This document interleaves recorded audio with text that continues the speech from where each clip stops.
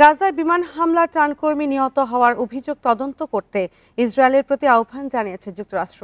সম্প্রতি save the চিলড্রেনের এক কর্মী নিহত হওয়ার ঘটনায় ক্ষোভ প্রকাশ করেছে মার্কিন পররাষ্ট্র মন্ত্রণালয়। Double million offer Walton fridge কিনে পেতে পারেন 20 লক্ষ টাকা, রয়েছে কোটি কোটি টাকার নিশ্চিত উপহার।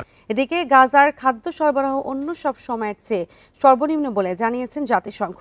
ইসরায়েলের অবরোধের মুখে উত্তরাঞ্চলে খাদ্য সরবরাহের পরিমাণ প্রায় শূন্য বলেও জানায় সংস্থাটি।